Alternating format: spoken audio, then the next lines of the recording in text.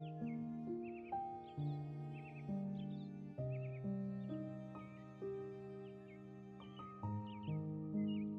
araw po sa ating lahat. Ang aking pong bahagi ngayon ay Exodo, Kabanata 5, talata 1 hanggang 4. Sina Moises at Aaron sa harapan ng Paraon. Pagkatapos nito, nagpunta sa Paraon sina Moises at Aaron. Sinabi nila, ipinapasabi ni Yahweh, ang Diyos ng Israel, na payagan ninyong pumunta sa ilang ang kanyang bayang Israel upang magpista bilang parangal sa kanya. Sinong Yahweh?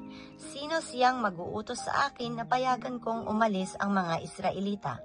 Wala akong kilalang Yahweh.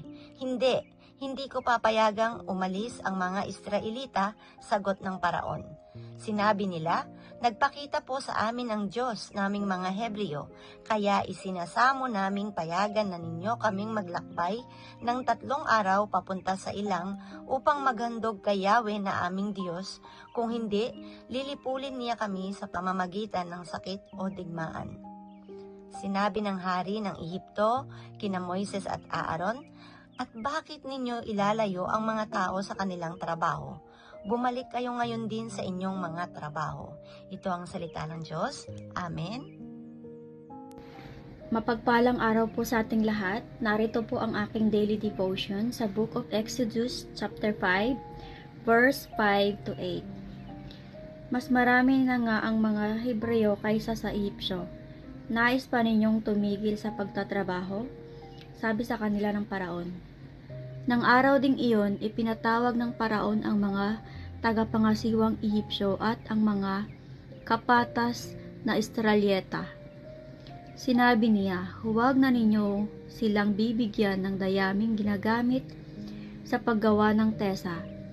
Hayaan ninyo silang ang manguha ng gagamitin nila.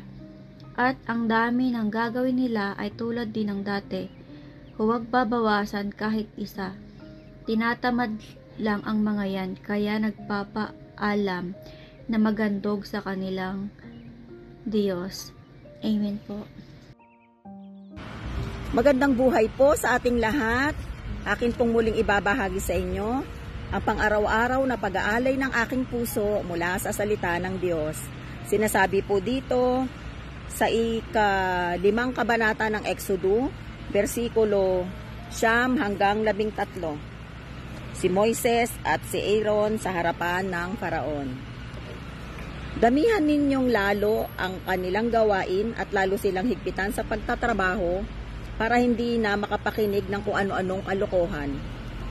Pagkasalita ng Paraon, dumakad ang mga tagapangasiwang Ehipsyo at ang mga kapatas. Sinabi nila sa mga tao, ipinapasabi ng Paraon na hindi na kayo bibigyan ng dayami. Kayo na ang bahalang manguha ng kailangan ninyo kung saan mayroon. At ang tisang gagawin ninyo araw-araw ay sindami rin ng dati. Nagalugad ng mga tao ang buong Ehipto sa paghahanap ng dayami. Sila'y inaapuran ng mga tagapangasiwa at pilit na pinagagawa ng tisang sindami rin noong sila'y binibigyan pa ng dayami. Ito po ang mga salita ng Diyos. Salamat po sa Diyos. Amen.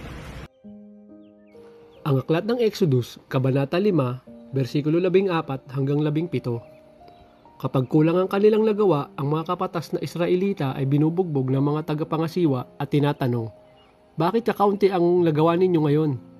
Dahil dito, pumunta sa Paraon ang mga kapatas at tagreklamo, bakit po naman ninyo kami ginaganito?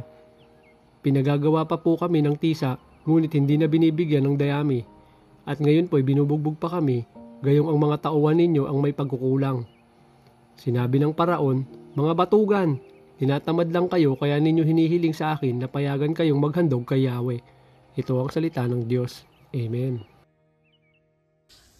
Our devotion for today is from the book of Exodus, chapter 5, verse 18 to 23. Kayo nga yumaon ngayon at gumawa, sapagkat walang anumang dayaming ibibigay sa inyo, at gayon may inyong ibibigay ang bilang ng mga laryo. At nakita ng mga pinuno ng mga anak ni Israel na sila'y nasa masamang kalagayan nang sabihin, walang mababawas na anuman sa inyong mga laryo sa inyong gagawin sa araw-araw. At kanilang nasalubong si Moises at si Aaron na nagsitayo sa daan pagkapanggaling kay Faraon. At sinabi nila sa kanila, kayo naway tunghan ng Panginoon at atulan sapagkat ang aming katayuan ay ginawa mong nakabumuhi sa mga mata ni Faraon at sa mga mata ng mga lingkod na naglagay ng tabak sa kanilang kamay upang kami ay patayin.